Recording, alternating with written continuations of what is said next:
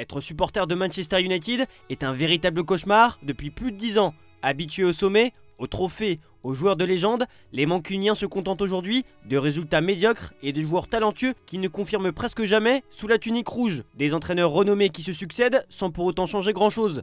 Sir Alex Ferguson pensait pouvoir passer du bon temps en prenant sa retraite et en s'installant sur son siège à Old Trafford. Depuis son départ, il n'y a presque rien eu à se mettre sous la dent. David Moyes, Ryan Giggs, Louis van Gaal, José Mourinho, Ole Gunnar Solskjaer, Michael Carrick, Ralf Rangnick et enfin Erik ten Hag. Ce sont tous les coachs qui se sont assis sur le banc des Red Devils après le départ de Fergie en 2013. Ces entraîneurs ont eu l'opportunité, comme la plupart des écuries anglaises du Big Six, d'avoir des moyens financiers colossaux pour construire des équipes faites pour soulever des trophées. Radamel Falcao, André Di Maria, Paul Pogba, Zlatan Ibrahimovic, Casemiro, Raphaël Varane, etc.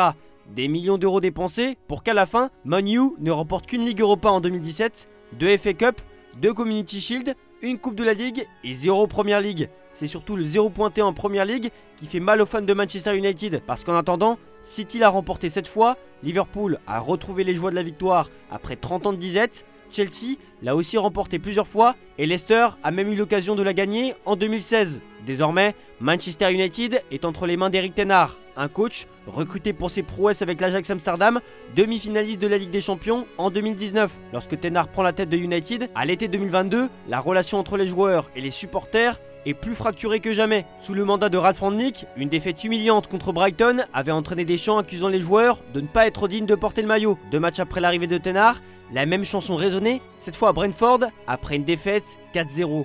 Les joueurs étaient alors pointés du doigt et non le nouvel entraîneur. C'était l'apogée de la domination des joueurs à Old Trafford. On les accusait de saboter leur manager et de ne plus fournir d'efforts lorsqu'ils désapprouvaient celui qui était en poste. Bien que certaines de ces critiques étaient exagérées, d'autres étaient justifiées. Le vestiaire regorgeait de grandes personnalités qui tiraient rarement dans la même direction. Une des missions principales de ten Hag était de ramener le pouvoir du côté du manager plutôt que de le laisser entre les mains des joueurs. Considéré comme un entraîneur discipliné, il savait qu'il devait imposer son autorité dès le premier jour. Et il n'a pas tardé à le prouver. Alejandro Garnacho est sanctionné pour être arrivé en retard lors de la tournée de pré-saison. Et Marcus Rashford est mis à l'écart après un retard à une réunion d'équipe.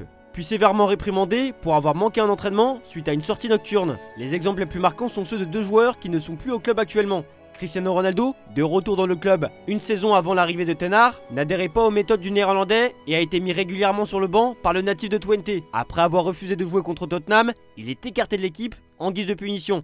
Une situation qui va pousser le portugais à tout balancer sur son club et son entraîneur, lors d'une interview de Piers Morgan sur Talk TV.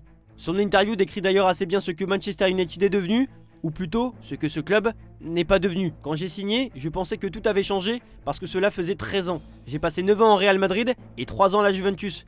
Et quand je suis arrivé, je pensais que tout serait différent. La technologie, les infrastructures, tout ça. Mais j'ai été surpris, dans le mauvais sens du terme, parce que j'ai vu que tout était pareil. Ce qui m'a beaucoup surpris, c'est l'instabilité du club. Rien n'a changé. La piscine, le jacuzzi, la salle de sport, la cuisine, les chefs se sont arrêtés dans le temps, ce qui m'a beaucoup surpris, car je pensais voir des choses différentes. Bon, ça mesure vraiment le manque d'évolution de ce club sur la durée. Cette interview polémique signe la fin de son second passage à United. Ten Hag avait gagné le respect de nombreux joueurs pour sa gestion ferme de la situation. Mais revenons sur la première saison de ten Hag sur le banc de Manchester. Elle est marquée par des succès sportifs, l'équipe termine 3ème du championnat et remporte la Coupe de la Ligue. Elle atteint également la finale de la FA Cup qu'elle perd contre Manchester City. Mais l'équipe atteint aussi les quarts de finale de l'Europa League après avoir notamment éliminé le FC Barcelone. Une saison pas décevante pour un Manchester United qui tente toujours de revenir au plus haut niveau. C'est surtout lors de la saison d'après que les choses vont se compliquer. La saison 2023-2024 a été marquée par la brouille entre Erik ten Hag et Jadon Sancho. C'est une affaire qui avait enflammé l'actualité outre-Manche.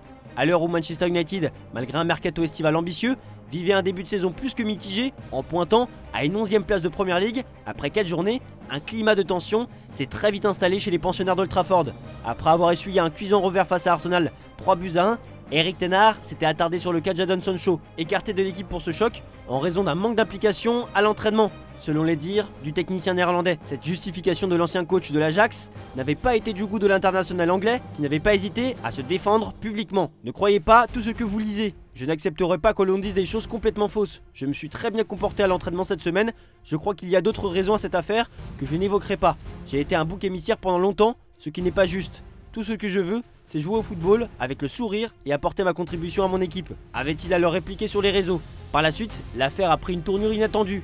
Écarté du groupe professionnel pour des raisons disciplinaires et refusant catégoriquement de se rabibocher avec son coach, l'ailier de 23 ans est devenu au fil des semaines persona non grata dans le nord de l'Angleterre. Coupé du reste du monde à Old Trafford au point de se voir interdire l'accès aux infrastructures de l'équipe première, le numéro 25 mancunien n'a eu d'autre choix que de partir en prêt à Dortmund en vue de se relancer. Et l'été dernier, les deux hommes se sont réconciliés à l'issue d'un entretien selon The Athletic. L'international anglais a accepté d'enterrer la hache de guerre avec son manager et de mettre leurs différends de côté, ce qui n'a pourtant pas empêché son départ à Chelsea cet été. I don't think about this. I'm in a project and we are exactly where we want to be. We're constructing a team. And when I took over, it was a mess at United. And we are on our way to construct a team for the future. And that will go with ups and downs. And we're winning trophies. 2 trophies in 2 years is not bad. 3 finals is not bad. But we have to keep going. I'm not satisfied with it.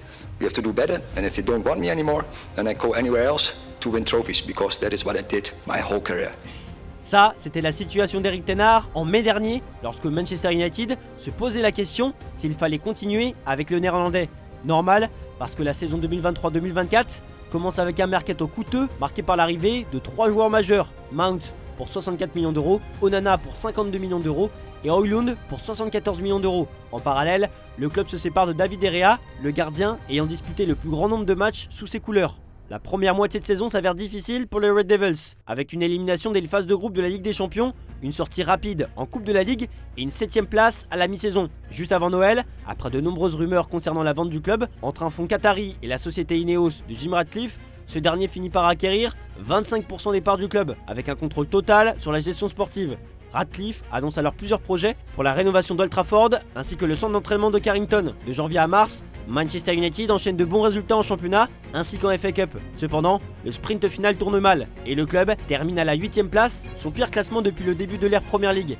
La saison se conclut tout de même sur une note positive avec une victoire en finale de FA Cup contre Manchester City, 2-1, un remake de la finale de l'année précédente. Les deux buteurs, Garnacho et Mainoo, tous deux âgés de moins de 20 ans, rappellent les débuts de Cristiano Ronaldo en 2004 lorsqu'il avait marqué en finale contre Millwall. Cette victoire marque la 13e FA Cup remportée par le club ainsi que le 2e trophée en 2 saisons pour les joueurs d'Eric Ten Hag. Alors que tous les tabloïds anglais annonçaient un Ten Hag sur le départ, peu importe le résultat contre City, il a fini par être maintenu. La nouvelle direction donne une seconde chance à son coach en le prolongeant jusqu'en 2026. Il peut repartir sur de nouvelles bases avec encore une fois un mercato onéreux. Manuel Ugarte débarque pour 60 millions d'euros, Mathis de Ligt pour 45 millions d'euros, Lenny Yoro pour 62 millions d'euros, Joshua Xhirtzy pour 42,5 millions d'euros et Noussair Mazraoui pour 15 millions d'euros. Mais depuis quelques semaines, tous les médias s'accordent pour dire que le néerlandais est sur un siège éjectable. Surtout quand on sait que les 2 derniers managers de United ont été limogés la même année que la prolongation de leur contrat. Mais pour Ten Hag, rien à signaler, il n'est très clairement pas inquiet par son avenir ici. No, I'm not thinking about this. I think we all made in togetherness this decision to stay together as an ownership, as a leadership group in the summer, and also we made the decision also from a clear review and what we have to improve as an organization and how we want to construct the squad, and they're all decision making in togetherness, but we knew that it would take some time, and yeah, we need some time, and we all there on one page, on one boat, together.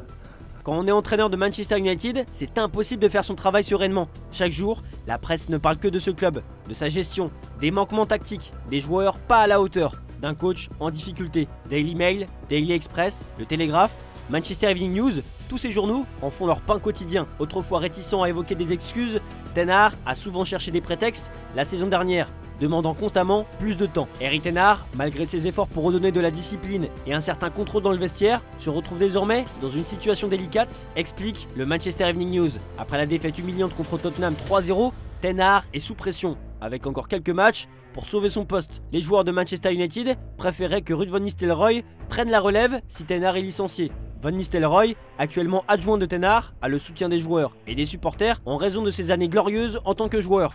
D'autres noms comme Simone Inzaghi et Gareth Southgate sont aussi envisagés. Gareth Southgate bénéficie de soutien au sein du conseil d'administration de United, Graham Potter gagne en visibilité et Thomas Tuchel a dirigé les 2 victoires du Bayern contre l'équipe de Ten Hag en phase de groupe de la Ligue des Champions la saison passée. Kieran McKenna est apprécié à United, malgré son salaire élevé, son nom revient régulièrement. Il y a donc beaucoup de rumeurs pour le successeur de Ten Hag. Pourtant, des journalistes qui suivent le club depuis plus de 20 ans trouvent que Ten Hag est le manager le plus accommodant depuis l'ère post-Ferguson. Le vestiaire de United semble bien plus uni par rapport au moment où Ten Hag est arrivé. Le Néerlandais souligne qu'il était de son devoir de maintenir ses standards, affirmant que le club l'avait chargé d'instaurer une culture plus rigoureuse. Scott McTominay, avant son départ pour Naples, a souligné la pression pesant sur Ten Hag, tout en insistant sur le soutien dont il bénéficie encore de la part des joueurs. Contrairement à certaines périodes sous d'autres managers, le vestiaire n'est plus aussi toxique et la majorité des joueurs soutiennent Ten Hag. Mais comme tous les managers avant lui, United semble loin de pouvoir prétendre au titre 2 ans après sa prise de fonction. Manchester United est dans une boucle infernale avec toujours le même scénario. L'arrivée d'un nouveau coach, des promesses, des changements, puis des motifs d'espoir, et ensuite le chaos progressif. Un chaos aussi exprimé par des échecs de casting. Casemiro, pourtant une légende de ce sport, n'a jamais été autant en difficulté depuis le début de sa carrière. Mason Mount, grand espoir du football anglais, fabuleux avec Chelsea, n'a jamais pu faire sa place dans l'effectif. Des exemples, il y en a plein, et les supporters ne savent plus s'il faut encore avoir de la patience ou recommencer à zéro avec encore une fois un nouvel entraîneur. C'est la fin de cette vidéo, dites-moi dans les commentaires si vous pensez qu'il faut licencier Erik ten Hag de Manchester United. Je vous dis à très vite pour de nouvelles vidéos sur Foot Mercato FC.